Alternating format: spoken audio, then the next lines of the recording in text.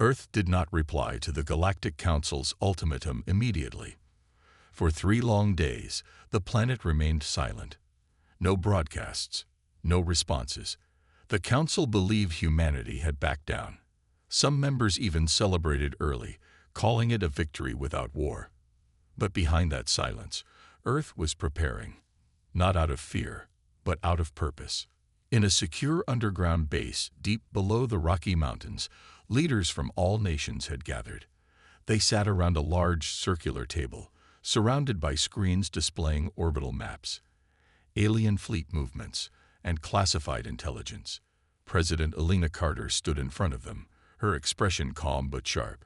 She looked at each face: military generals, scientists, diplomats, and intelligence officers. "They want us to kneel," she said, her voice steady. "But they forgot one thing. We never do."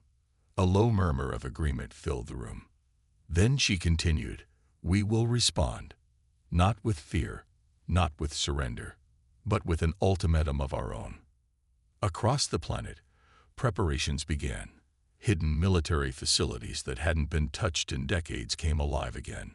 Subterranean hangars opened as prototype ships powered up, armed with weapons designed not for humans, but for threats far beyond Earth. Engineers worked around the clock, and deep space satellites were reactivated. Scientists that had once worked on peaceful space travel were now developing defense shields and quantum disruptors. One of them, Dr. Raj Malhotra, stood beside a glowing core of dark matter energy.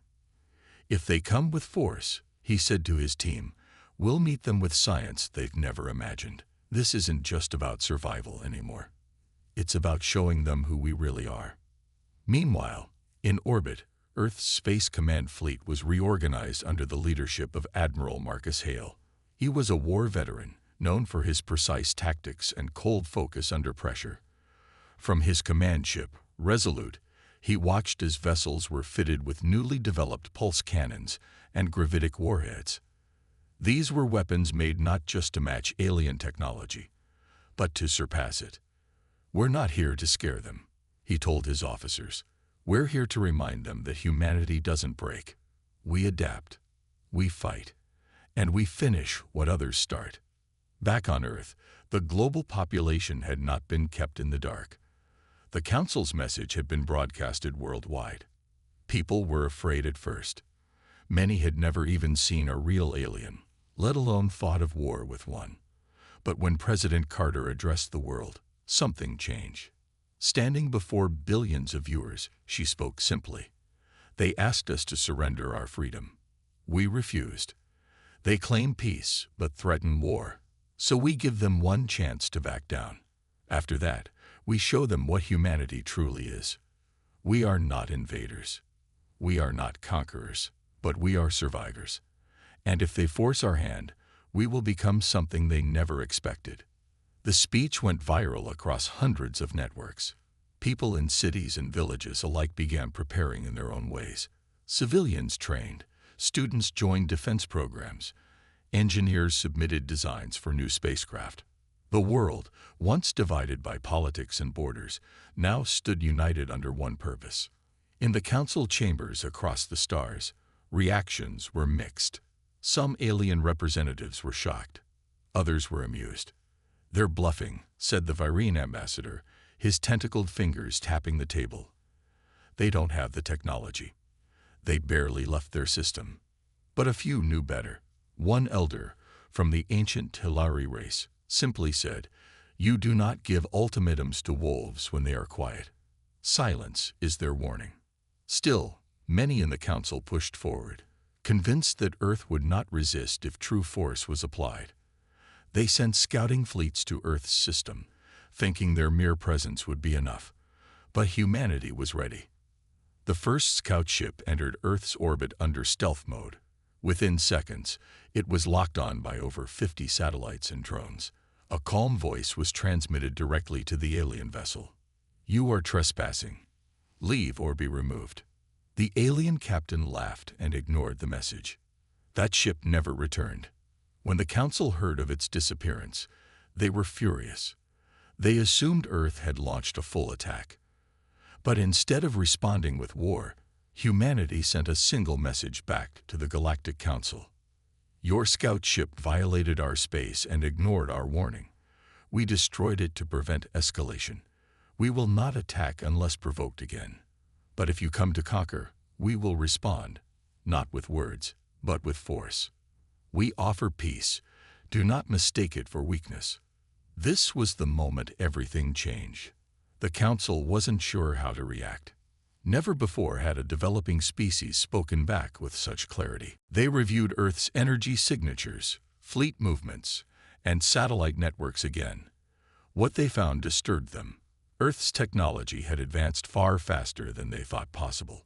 And it wasn't just copied tech, it was human-designed, unpredictable, and dangerous. Meanwhile, back on Earth, Admiral Hale prepared a secret initiative. Operation Iron Horizon. A fleet of stealth ships, equipped with experimental warp drives and advanced AI, was sent out, silently patrolling nearby systems. Not to attack, but to observe, to be ready. Earth would not be caught by surprise again.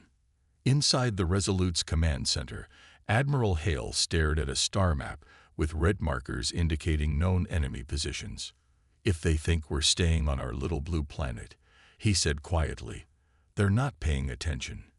We're already out there.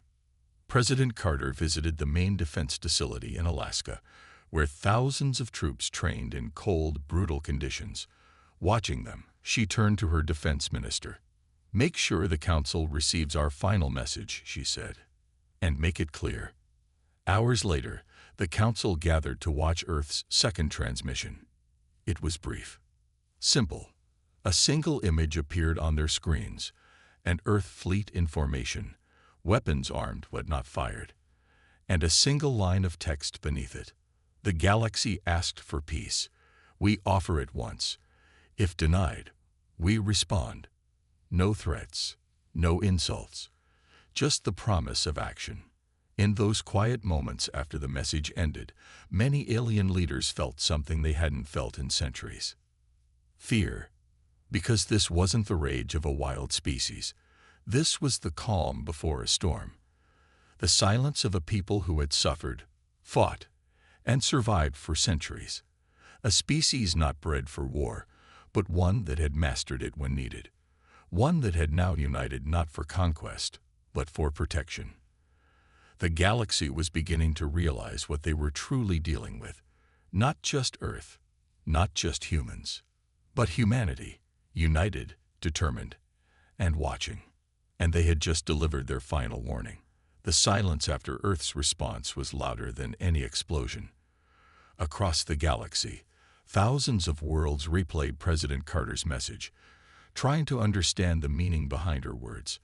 Some races felt inspired by the strength in her voice, others felt fear, and a few, still proud and arrogant, laughed and called it a bluff. But those who had studied humanity closely, they knew better. The Council held an emergency meeting. It was the largest gathering in centuries. Holograms of alien leaders from every corner of the galaxy filled the chamber. Some floated in water tanks, others stood tall with wings folded. One thing was clear. They had never faced a problem like this before. A species that had risen fast, developed faster, and refused to kneel. They dare threaten us, hissed High Lord Verkan of the Dreth Syndicate, his long claws clicking against the floor. Their planet is barely holding itself together. They offered peace, replied Elder Ciro of the Talari. And a warning. If we push, it becomes war. The chamber grew silent. They had hoped Earth would be afraid. They had hoped for surrender. But now, the humans had flipped the game. The Council wasn't sure what to do next. Back on Earth, the people didn't wait. Factories ran day and night. Shipyards in orbit built new warships in record time. Pilots trained in simulators, learning how to fight not just in space, but across gravity fields and alien terrain. In a research facility under Antarctica, a group of scientists worked on something called Project Aegis, a planetary shield system made from reverse-engineered alien tech. If it worked, Earth would be untouchable. Admiral Hale stood aboard the Resolute, now joined by 4 other command ships. They called the new fleet the Dawn Line. It was Earth's first real space defense line, and it stretched across the edge of the solar system. Every ship had stealth modules, railguns, and dark energy reactors. But what made them truly dangerous was their crew. Humans trained not just to fight, but to adapt, to think differently, to use chaos as a weapon. In one of the command rooms, a young officer named Elena Park watched the deep space sensors. She had grown up hearing about alien civilizations as wonders, things of beauty. Now she watched for signs of invasion. When she saw a small blip on the screen, she reported it immediately. Unknown object entering outer orbit. No ID. Could be a scout. Admiral Hale didn't panic. He nodded once. Send Ghost Squadron. No warnings. Within minutes, 3 stealth fighters left resolute. They didn't attack. They simply followed the object, gathered data, and quietly returned. Then they sent a simple message to the Council. Your scouts are being watched. Do not test our patience. That message was broadcasted across dozens of systems. It wasn't loud or dramatic. It was calm, controlled, and cold. That scared many more than threats ever could. Some alien races began to question the Council's plans. The Ulari, known for their logic and wisdom, sent a private message to Earth. We believe in peace. If you seek allies, we will listen. Others were more direct. A small fleet from the Krovan Republic broke off from the Council's main navy, refusing to take part in any future attacks against humanity. The galaxy wasn't turning completely, but the cracks had started forming. Meanwhile, on Earth, President Carter visited a refugee base. Millions of people had left colonies closer to Council space, fearing invasion. She didn't come with cameras or speeches. She simply sat with a family from Mars who had lost their home. The father asked her, "Do you really think we can win?" She looked him in the eyes and said, "We don't need to win a war. We only need them to believe we can. That is enough to stop them." It was becoming clear. Earth's power wasn't just in its weapons. It was in its will, its unity. The very thing the Council had mocked, human emotion, was now the weapon they feared the most. The Council tried again. This time, they sent an envoy ship, large and bright, painted in the Council's gold colors. It entered Earth's space, slow and peaceful. On board was a single ambassador, named Enteri of the Velari species. She had been chosen because she had spent time with humans before. She understood their nature better than most. The ship landed in Geneva, where Earth's United Defense Council waited. President Carter met the ambassador personally. No armies, no guards, just a quiet conversation between 2 leaders. "You understand what's happening," Enteri said softly. "You know war will cost billions of lives." President Carter nodded. "Yes, that's why we offered peace first. But you also said, if denied, you would respond." "We meant it." The ambassador studied her face. No hate, no anger, just calm fire in her eyes. She realized then that humanity wasn't bluffing. And she also realized something more dangerous. They weren't afraid. When Enteri returned to the Council with her report, she stood before all members and said one sentence: "They are ready." The next few days were tense. The Council debated, argued, shouted. Some still pushed for war. Others begged for peace. But Earth didn't wait anymore. They sent their own message across the stars. It was sent to every major system, open and clear. "We will not be the first to strike. But if attacked, we will end the war before it begins. This is your final chance." At the same time, a secret Earth vessel, Shadow Echo, entered deep Council space. It carried no weapons, just information. It quietly hacked into Council communications and sent a signal back to Earth. It proved that the Council was preparing a surprise attack. With this proof, President Carter made a choice. She called every peaceful alien ally Earth had made in the past month. Ulari, Krovan, even a few smaller races who had once feared Earth. She showed them the data, She asked them a question. Will you stand with us, not to conquer, but to survive? Many said yes. Now Earth wasn't alone. It had friends, and it had something stronger than numbers. It had trust. As the second part of this story closed, the galaxy stood at the edge of a decision. The Council could attack, knowing it might start a war that would destroy them all. Or they could listen, for the first time, to a young species with a voice that had shaken the stars. Humanity had spoken, and now the galaxy had to answer. The Council made their decision. Against the warnings of the Yulari, the doubts of the Krovan, and the silence of their own ambassador, they voted to strike. The vote was close, but fear won in the end. Earth had grown too bold, they said. If humanity was not stopped now, they would become too powerful. They convinced themselves this was not war, it was control. A lesson to put humans back in their place. At the edge of the Milky Way, a massive fleet gathered. Ships from over 30 Council member races formed a wall of steel and plasma. Long, sharp destroyers, round cruisers that held thousands of troops. Fighters shaped like serpents, designed for fast and brutal strikes. They called it the Stabilization Force.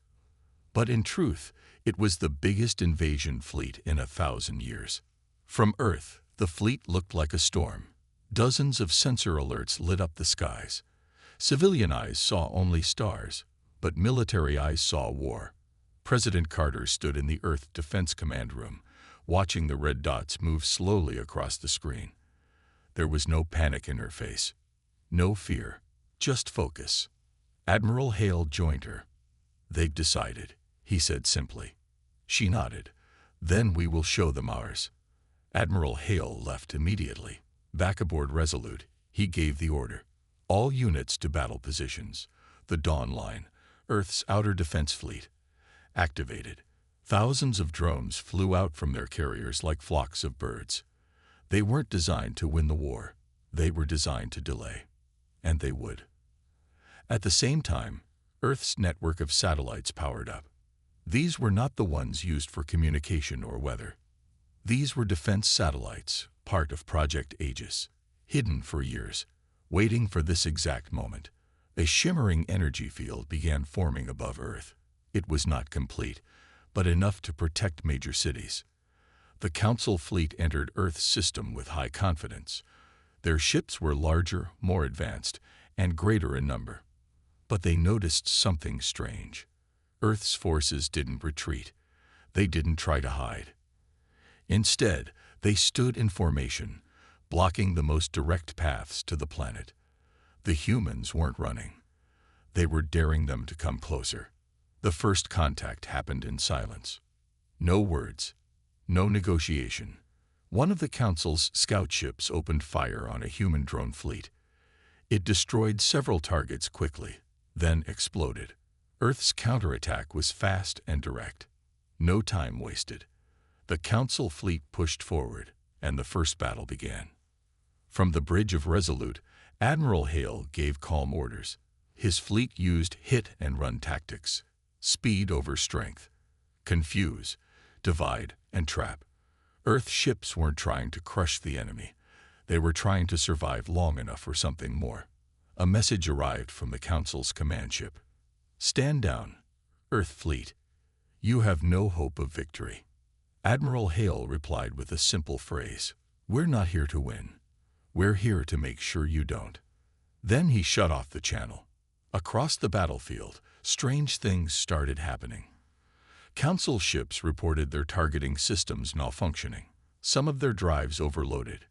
Communications were jammed. What they didn't know was that Earth's cyber teams had launched a coordinated attack on the fleet's systems. Hackers from all over Earth, some barely out of university, were now part of the battle. They didn't fire bullets. They fired code. And it worked. One of the Council's main carriers, the Zorish, lost power and drifted straight into an asteroid field. The Council tried to regain control, but too late. The ship exploded into flame, lighting up the black sky. The Council was shocked. They had expected resistance, but not this. Not such careful planning, not such discipline, not such strategy. The battle continued for hours. Earth lost many ships, but they kept fighting. Every time the Council pushed forward, another surprise stopped them. Hidden mines, gravity traps, solar flares redirected using old satellites. Earth didn't match power with power. It fought smart. It fought like someone who had everything to lose. On the ground, people watched the skies. They knew the war was above, but they felt every loss, and still, they stood ready. In bunkers, civilians waited calmly. In command centers, leaders spoke in quiet tones, planning every next move. Humanity had never been so united. In a hidden control room in Brazil, a scientist named Dr. Amina Khalid activated the final part of Project Aegis, a giant orbital cannon built secretly in Earth's moon crater, powered up. It aimed directly at the Council's flagship. Back in orbit, Admiral Hale gave the order. Send the signal. From Earth, a single message was sent directly to the Council ship. One last chance to turn back. We will not offer it again. No reply. The moon weapon fired. It was not a nuclear blast. It was something new. A concentrated burst of energy that disabled all electronics in a large radius. It didn't kill, but it froze the entire forward command fleet of the Council. Ships went dark. Lights went out. And for the first time, the attackers saw themselves vulnerable. Admiral Hale didn't press the advantage. He gave them time. Time to think, to see, to choose. Within the Council command ship, arguments broke out. Some demanded counterattack. Others, now afraid, begged to negotiate. The Council's own soldiers were starting to question their leaders. Why were they risking everything to force Earth into silence? President Carter sent a final broadcast to the entire galaxy. This time, not just to the Council. This battle was never what we wanted, she said. We did not strike first. We offered peace. But if war comes to our door, we will meet it without fear. We do not want to lead. We do not want to rule. We only want to stand free. People across hundreds of planets heard her voice, and they saw something new. A leader not asking for power, but respect. That made the message stronger than any weapon. In the last hour of the battle, the Council fleet began to retreat, not because they had been destroyed, but because they had been stopped, outthought, outplanned, and shown that peace was not weakness. Admiral Hale did not chase them. He let them go. As silence returned to Earth's orbit, the people watched the skies in awe. They had not just survived. They had shown the galaxy that humanity was no longer a silent world on the edge. They were now a voice that could no longer be ignored. The battle was over, but the war was just beginning. The Council had retreated, but it wasn't the end of their ambitions. They had learned something valuable that day. Humanity was not a species to be ignored or bullied. But the truth they discovered scared them more than anything else. They had underestimated Earth, and that mistake could cost them everything. Humanity had won the first round, but no one on Earth was celebrating. The victory was not about triumph, it was about survival. The galaxy now knew that Earth was not only capable of defending itself, it could fight back with cunning, resolve, and unexpected strength. The Council's fleets retreated to their home systems, but not before they sent one last message to Earth, transmitted across every system that could hear.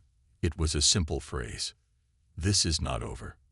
President Carter stood before the cameras once more, speaking to the people of Earth and the galaxy. The battle is won, but the war is not. We did not seek this, but we will not back down. Our peace remains on the table. It is up to them now. The message echoed across space, in every alien home, in every shipyard, and in every command center across the galaxy. The words were heard. Some felt a deep respect for humanity. Others felt a deep fear. Earth had proven it would not be easy to break. The Council knew now that any attack on humanity would come at a high cost, more than they had bargained for. But the Council's pride was as large as their fleets. They did not back down easily. The game was far from over. Meanwhile, across Earth, life slowly began to return to normal. The war had not touched their cities, at least not directly, but the effects were everywhere. People went about their daily lives, but there was an underlying tension. No one knew if the peace would last, or if it was only a fragile calm before the storm. The human war machine, once thought to be a relic of a distant past, continued to grow. In space, Earth built new alliances. The Ulari sent diplomats, eager to share their wisdom with the humans. The Krovan, who had broken away from the Council, sent their fleet to Earth, pledging support. The smaller, often ignored races, like the Velanth, who had once seen humanity as a curiosity, now offered their resources in return for Earth's protection. The message was clear. Humanity was no longer the quiet species they had once been. They were now an equal player in the galaxy. But the Council had not given up. They began to regroup, silently plotting their next move. It was only a matter of time before they would strike again. But this time, they would not have the element of surprise. They would have to deal with Earth's allies, Earth's technology, and Earth's unpredictability. But still, they were powerful, and they would not forget the sting of defeat so easily.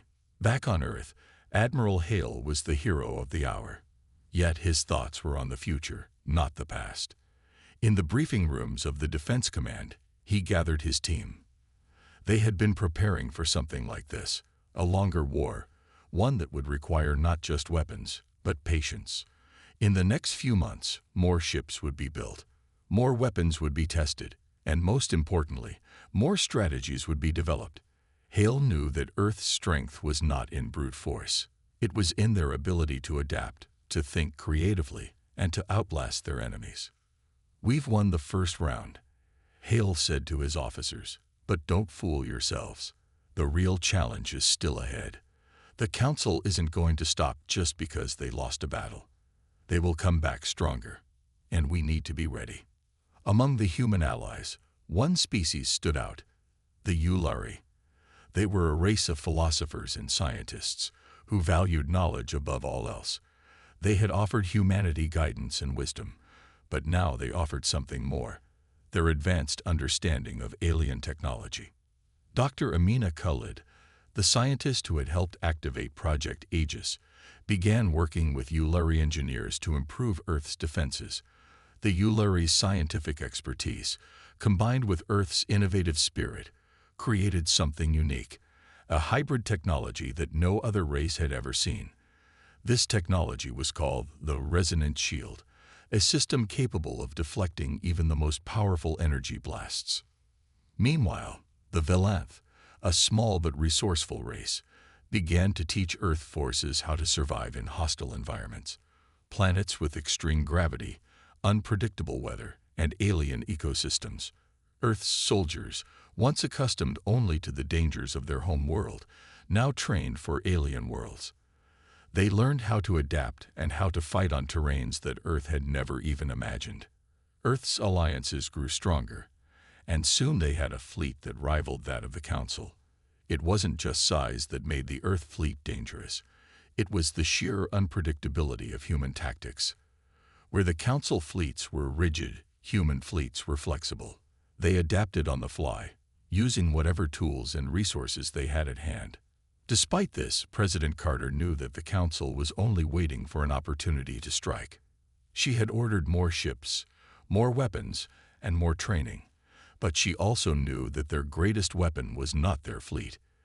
It was the resolve of humanity, a species that had grown up with the harsh reality of survival, facing challenges both on their own planet and in the depths of space.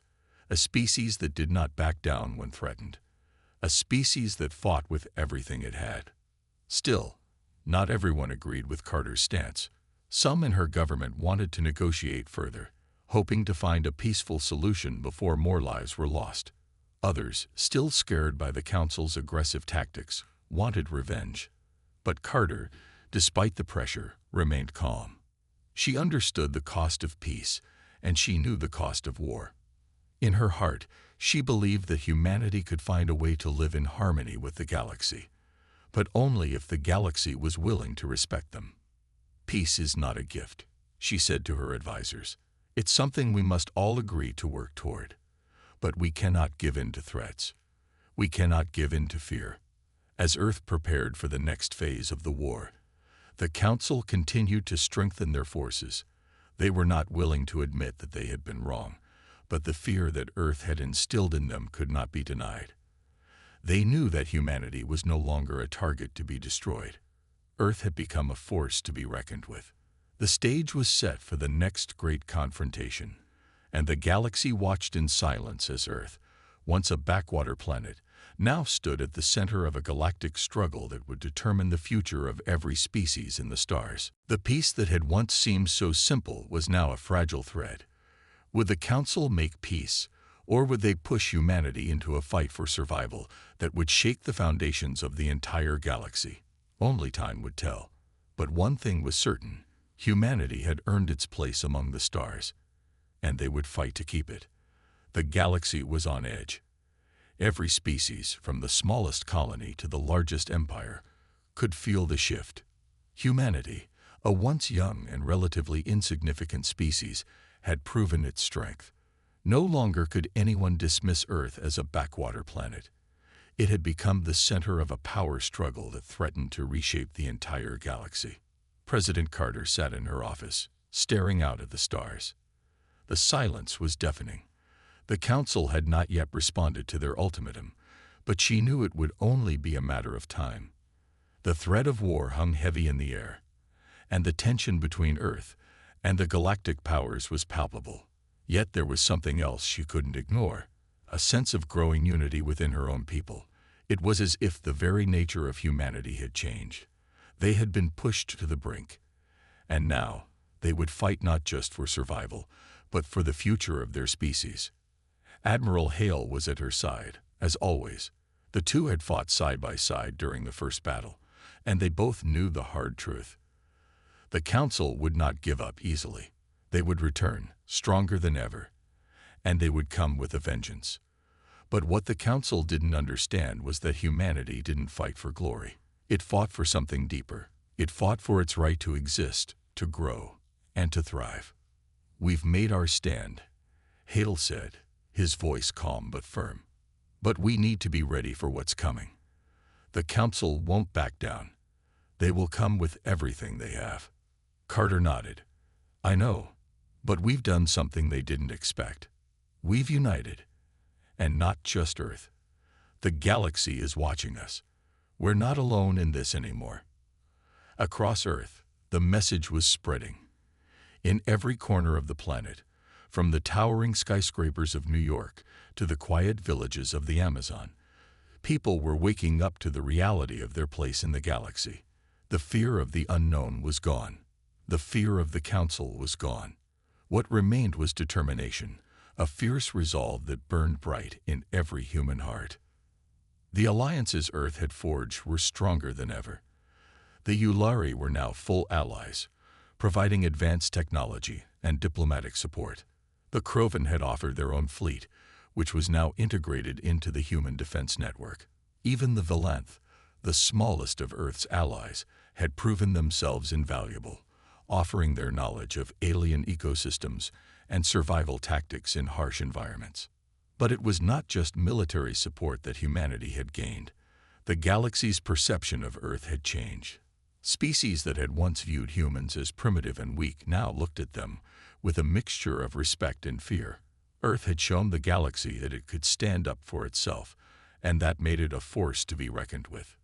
But not everyone agreed with Earth's new role in the galaxy. Within the Council, a faction of hardliners had begun to push for an all-out invasion of Earth. They saw the humans as a threat to their dominance, and they believed the only way to prevent future conflict was to destroy Earth once and for all. But the voices of reason were louder now.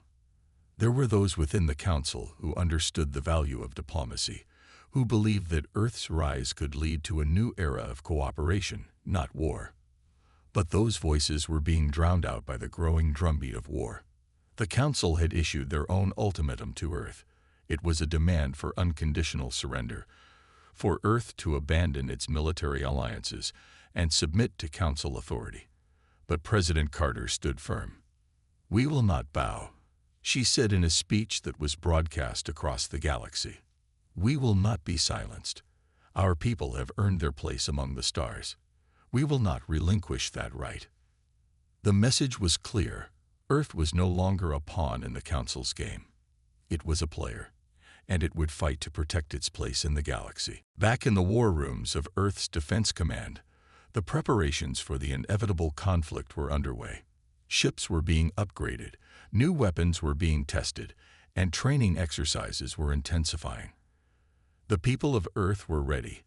They had faced threats before, and they had always found a way to survive. This time, however, the stakes were higher. If they lost, it wouldn't just be Earth that fell. It would be every species that had allied with them. The galaxy would fall into the hands of the Council, and Earth's fight for survival would become the fight of every free species in the stars. Admiral Hale had already begun deploying fleets to key strategic positions in space. The Council was predictable, and Hale knew exactly where they would strike. The human ships, armed with the latest technology and tactical advantages, were poised to fight back. But it was not just the military that would make the difference. It was the people of Earth. In every corner of the planet, the resolve of humanity was growing stronger. The war was no longer just a battle between two powers. It was a battle for the soul of the galaxy, and humanity was determined to protect that soul.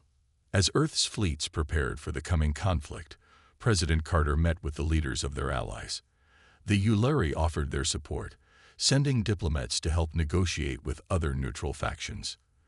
The Krovan pledged their ships and warriors, ready to fight beside humanity if the Council came for them. Even the Velanth, small as they were, had joined the fight, offering their knowledge of alien tactics and ecosystems to assist Earth's forces. The Council's response came swiftly. Their fleets, massive and intimidating, began to move toward Earth. It was a show of force, a reminder that they would not be easily defeated. But this time, the humans were ready. The human fleet, united with their allies, met the Council's forces head-on. The first battle was brutal. Ships exploded in space, their debris scattered across the vacuum. The human fleet fought with precision and intelligence, striking at weak points in the Council's forces. The Council's ships, though powerful, were not used to the unpredictability of human tactics. They underestimated the humans once more, and they paid the price. But the war was far from over.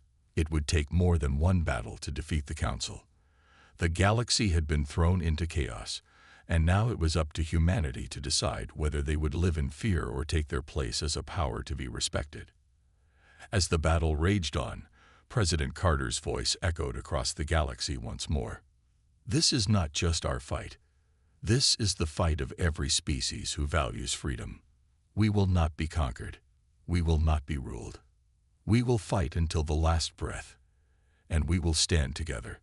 For peace, for freedom, for the future."